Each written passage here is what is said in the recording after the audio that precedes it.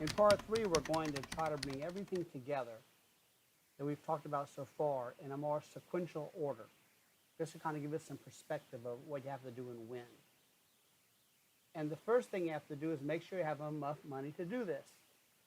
Because if you don't have the money, you might as well not waste your time or anybody else's time. So the first question is, do you have enough money to do this? And the answer is, you look at spot price, multiply by 5,000, and add another 5,000 in cost to that. We'll talk about cost later, maybe today.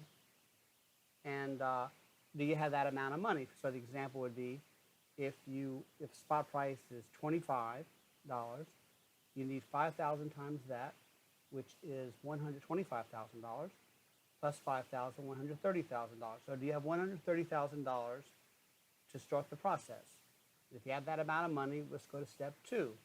And as we talked about before, do you have the right kind of broker? A broker that will deal with an individual who wants to buy a couple of contracts, and also a broker that can and will do deliveries for you.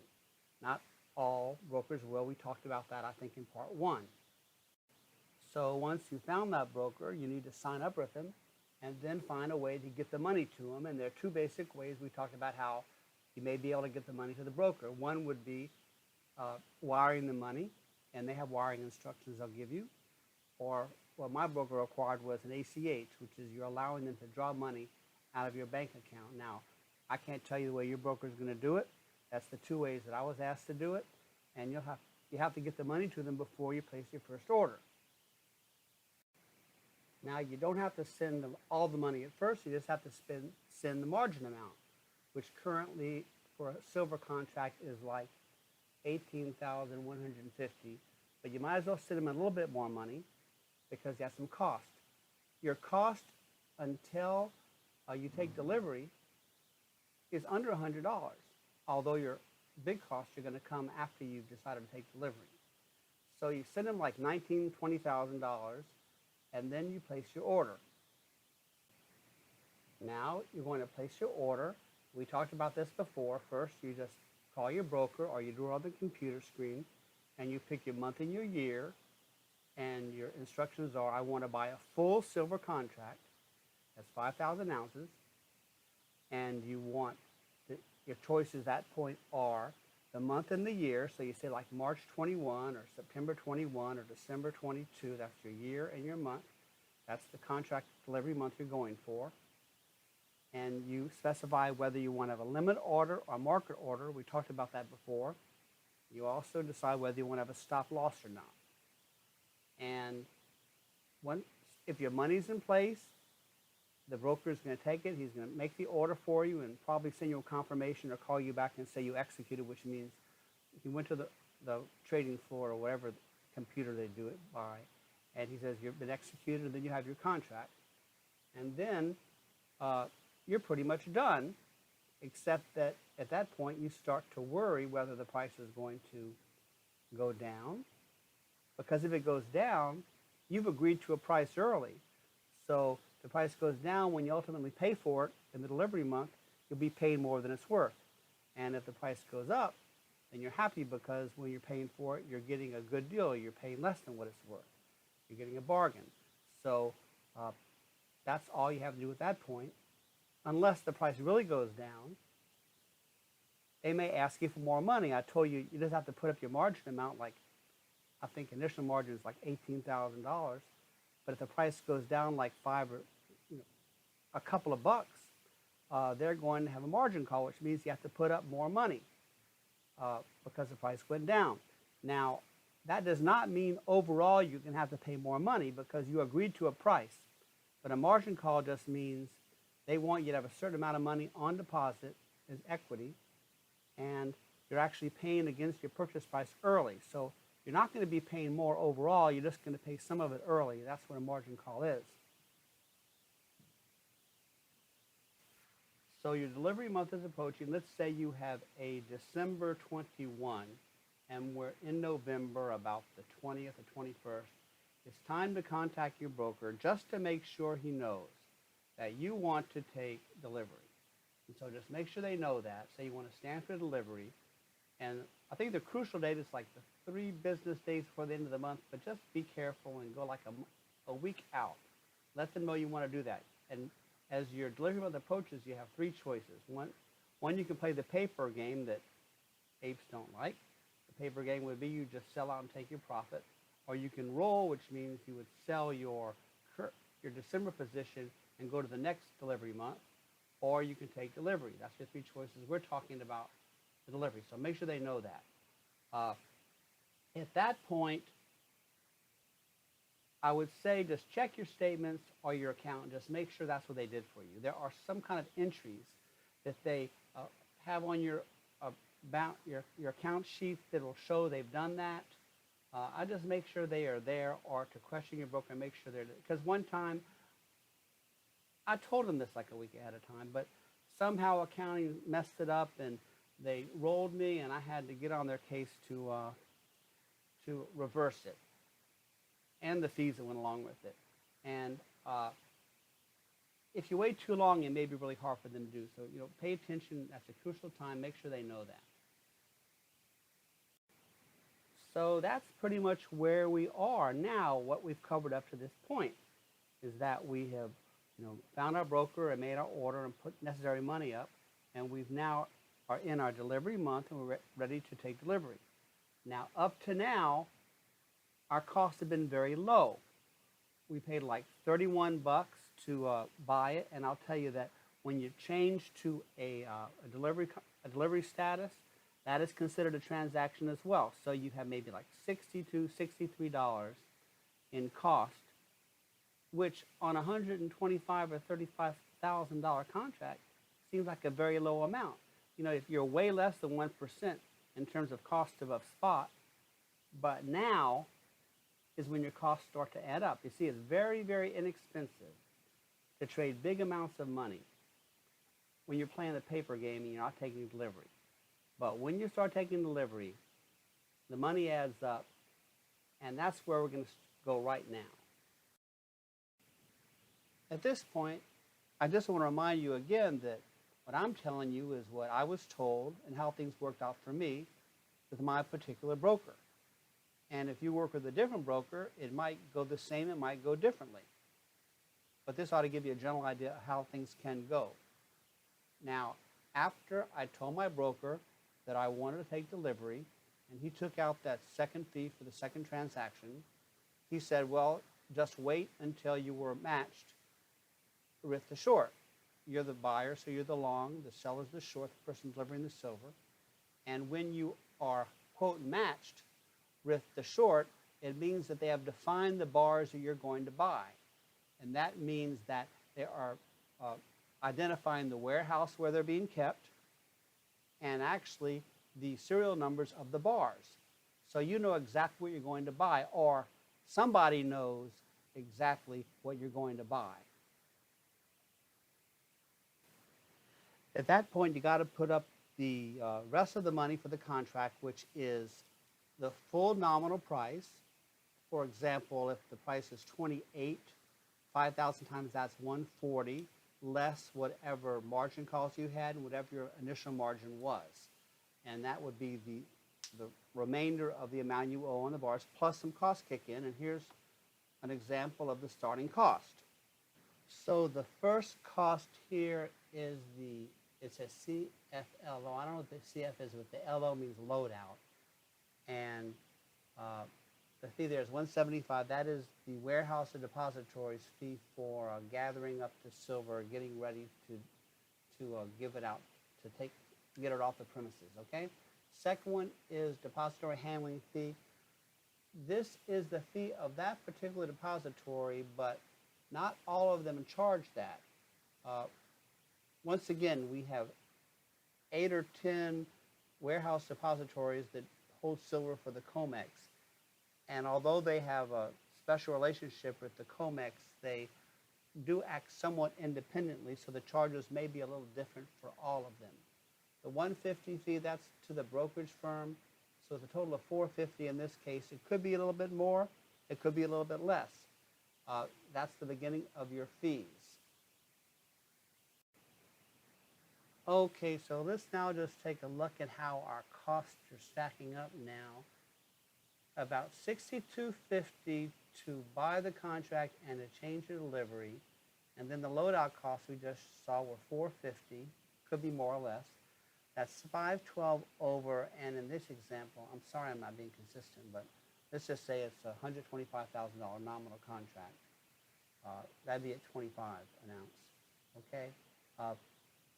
That's 0.41%, or 41 hundredths.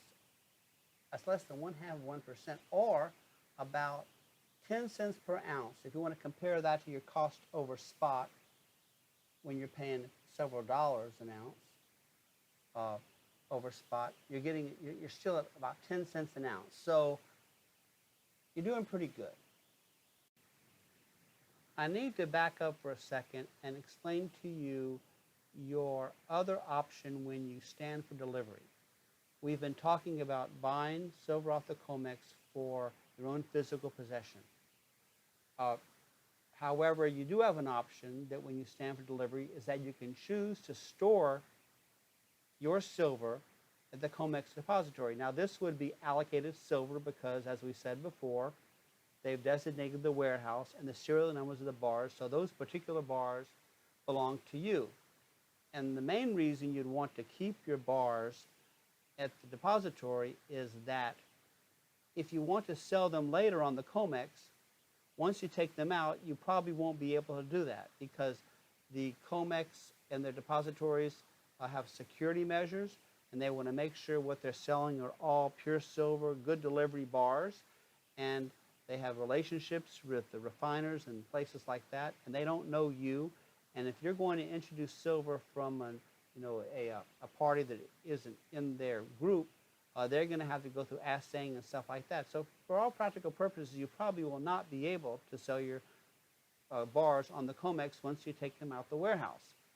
And the fee that most of these depositories charge seems to be about $8 per bar per month, which is $40 a month or $480 a year. And just keep that dollar amount in mind because later we'll be talking about various storage options. But before we talk about storage, we need to talk about delivery. How do you get the physical silver in your home or wherever? And I've done this twice, and both times I was asked for me to prepare a shipping label from the depository to me. Now, let me first tell you how much it cost, because then you'll see why I was being so careful and all the issues I was trying to cover to make sure I got it right. And here is what I paid. That's $4.45 and change, and that's for one package. I was asked to prepare 5 labels. There are 5 bars, so 5 labels, each at $4.45.24, and the bulk of the cost was for insurance. The shipping itself was basically only about $100 a bar, thereabouts, but as you can see, they wanted a proof of insurance, and that would be the declared value that you pay UPS. You're declaring the value. Because of the spot price at the time, I put $28 an ounce, so that was, I had to insure each package for $28,000, and that's why it cost me whatever it is, like $2,200 for shipping. Now that might seem like a lot, but let's look at the overall cost picture here. And here's our earlier equation. It was $62.50 to buy the contract in a change delivery. We have $4.50 on loadout cost, and then we have $22.25 shipping, which is $27.37.50 divided by 140, which is the nominal price of the contract at 28 per spot, and that's 1.9%, or you can do it the other way. You can divide it by the 27.37 by 5,000, and you get 54 cents an ounce, and that's pretty good. Okay, we need to get back to shipping labels, but I wanted to do that first because I wanted to complete the cost picture, and that's your last major cost. And also, because you're spending a serious amount of money, a couple of $1,000 on shipping labels, you want to make sure you get it right. And you'll see why I was so worried about getting it right from, let me just tell you some of the issues with the shipping labels. First of all, as I said before, the cost of, quote, insurance was the largest part of that shipping fee. But when you look at the rules for, quote, insurance from FedEx and UPS, you will see said many, many times that you are declaring a value, but declared value is not insurance. Now, what does that mean? And the answer is, after a couple hours trying to research this, I can tell you I don't know. I have one example about where there's a difference, and that example would be that if they leave your package on your front porch and somebody steals it, then they don't cover it because they're not insurance. Now, is there any other differences? I don't know. But, once you see a statement like insurance is not declared value, when you're talking about over $100,000, I guess the word due diligence. Yes, that is something you need to research. Now, I researched it unsuccessfully. I had no claims, so it didn't end up being an issue, but it's something I had to worry about. The second problem I had with shipping labels, particularly with FedEx, is that FedEx requires a date that you want it picked up or dropped off. And my first shipment was from Brinks, and Brinks had a special issue because Brinks is near JFK in Queens. But not all the silver is kept at that facility. They have a remote facility, and it just so happened I found out that my silver was at the other facility, and it could take a week to retrieve it.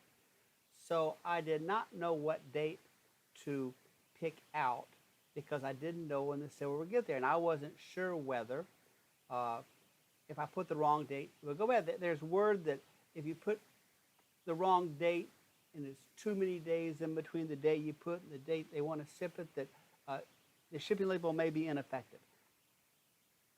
I guess if you do shipping every day and this is your business, you know what to do. But I mean, I don't do this very often, so I asked a lot of questions and didn't get a lot of answers. And I'm going between my broker and the shipping guy at the brokerage firm, and then Brinks, through three people trying to get information, and it was pretty frustrating. I had to wait for be notified when the silver was brought from the other facility to where it could be shipped, and so that was just another issue. Okay, there's another issue about shipping labels. If you look at the UPS rules and the FedEx rules, there are special rules about shipping of all things precious metals. And the way it goes is that if you are not like pre-approved or have a special status as a person who can ship precious metals, they will not honor the declared value. And their reasoning is that we only want to deal with people that know how to pack this kind of stuff to our standards. And I'll show you my package. Let me just show you some packages right now. This is what Brinks sent me. This is just cardboard boxes. It was really kind of funny because it was like soft cardboard that you can kind of push in the cardboard and feel what was there, but it was very heavily taped with good fiber tape. And then the Delaware one sent me stuff in these 5-gallon buckets. That was kind of funny, but.